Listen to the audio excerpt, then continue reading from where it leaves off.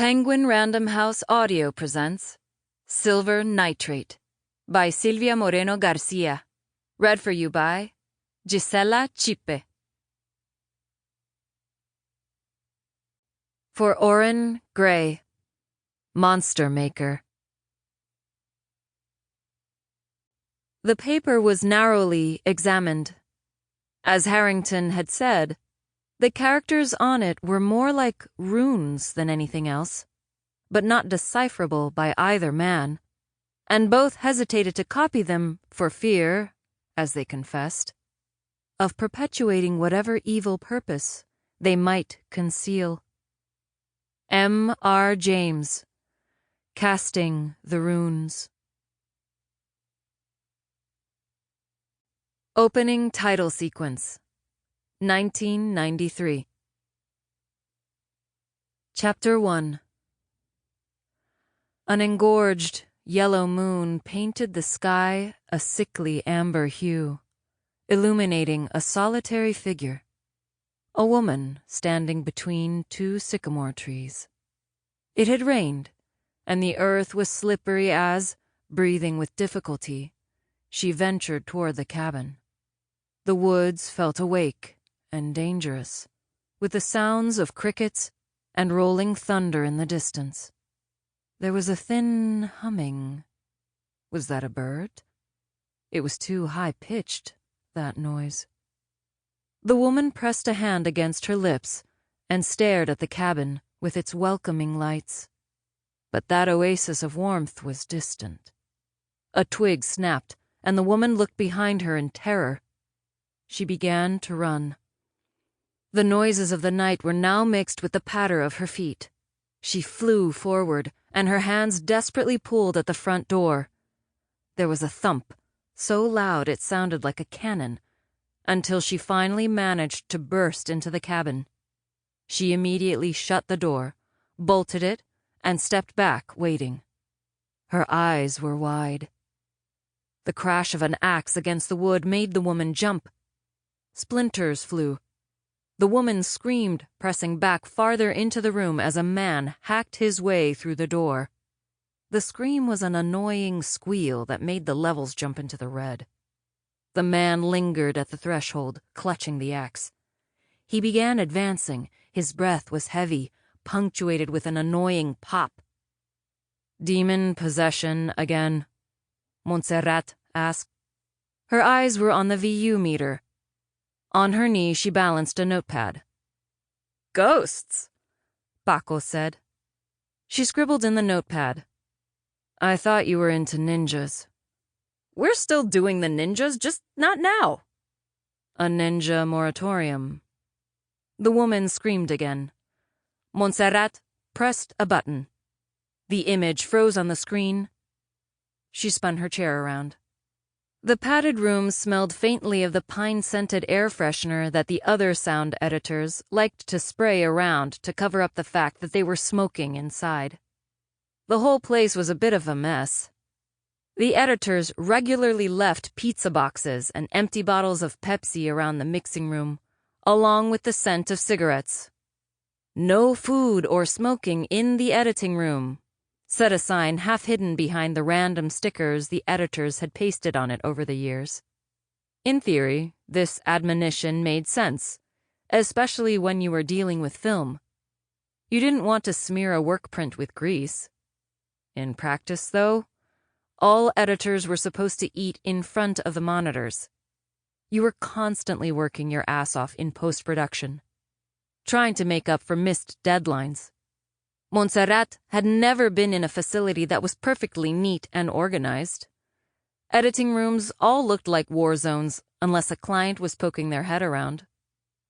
Still, she might have tidied up if Paco hadn't ambushed her. Unfortunately for him, this particular mixing room was small and, unlike the bigger rooms, didn't have a client area with a couch. Paco was sitting uncomfortably on a chair by the door, next to a pile of tapes and vinyl records, and from the look of his position, he was probably getting a cramp. "So, what do you think?" Paco asked. "I think this is the kind of shit you shouldn't have to be fixing in post-production." Did you shoot these scenes inside a washing machine? The sound is terrible. Those levels are way too hot. I know, but what can you expect with these budgets? It's going to take me a couple of weeks. I need it to be done in 5 days. Montserrat shot him a skeptical look. Not likely. Mario will tell you as much. Come on, I'm not asking Mario, I'm asking you. I don't want to be stuck here from the crack of dawn until midnight because you forgot to hire a person who can hold a boom mic in the right position. Don't do this to me. I've got hundreds of units due at Video Centro and can't run the duplicates if the master is a mess. Don't you get overtime for this stuff? Must be a hefty check. I wish, she said. Though there was the yearly discretionary bonus. The full-timers got the aguinaldo, mandated by the law, but freelancers like Montserrat couldn't count on that. They had to rely on the gratitude of their employers. At Antares, Mario gave his editors a turkey, a bottle of cheap whiskey, and a Christmas bonus. It was never a generous bonus, it shrank or expanded at whim. This despite the fact she was by far the best sound editor at Antares. She was also the only woman on the Antares team, aside from the receptionist, which was probably why she never became a full-timer, never had the right to an aguinaldo, and instead had to rely on Mario's mercurial temper. The editing business was a boys' club. There were a few women working at studios writing the scripts that were used for subtitling and dubbing. There were also female translators, though those were often freelancers who were contracted for single projects. But full-time female sound editors? Those were as rare as unicorns. Look, I have to meet someone for lunch, Montserrat said, grabbing her leather jacket from the hook by the door and slipping it on. Why don't you talk to Mario and we'll see what he says? I'd love to help, but he was raging about an unpaid dubbing. Come on, guys, I always pay even if I'm a few days late. As soon as I offload those videos, I'll be golden, I swear. Montserrat didn't know how true that was.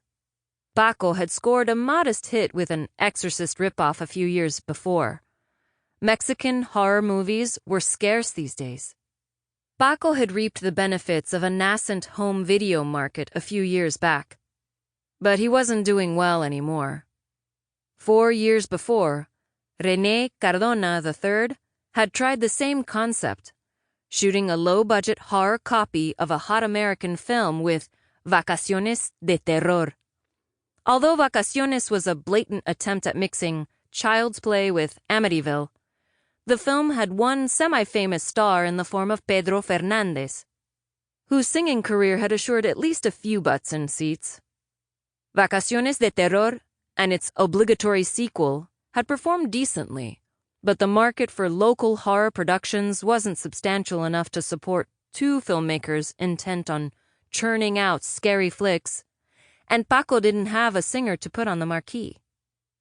Not that there was a market to produce anything with a semi-decent budget at this point. The best that most people could hope for were exploitation flicks like Lola la Trailera. Paco was, if anything, a little better off than most Mexican filmmakers, since he'd managed to rope a few Spanish financiers into his movie-making schemes, and so the bulk of his output was meant for the European market. He'd dump a bunch of copies at Video Centro, then sell the rest to Italy, Germany, or whoever had any dough to spare. Paco's work was slightly more nutritious fare than what most of the other exploitation hounds offered, but nothing to get excited about. Montserrat, come on, darling, you know I'm solid. How about we do this? I pay you the overtime. I'll throw in... Oh, how much would you want? He asked, reaching into his pocket and producing a wallet. God, Paco, you don't have to bribe me. Then you'll do it? Montserrat had been working at Antares for the past 7 years. She'd never made it into the 2 big film studios, but you had to be the son of someone to edit at a place like that. Positions were passed down through the STPC and STIC like knighthoods. Now that Sample complete. Ready to continue?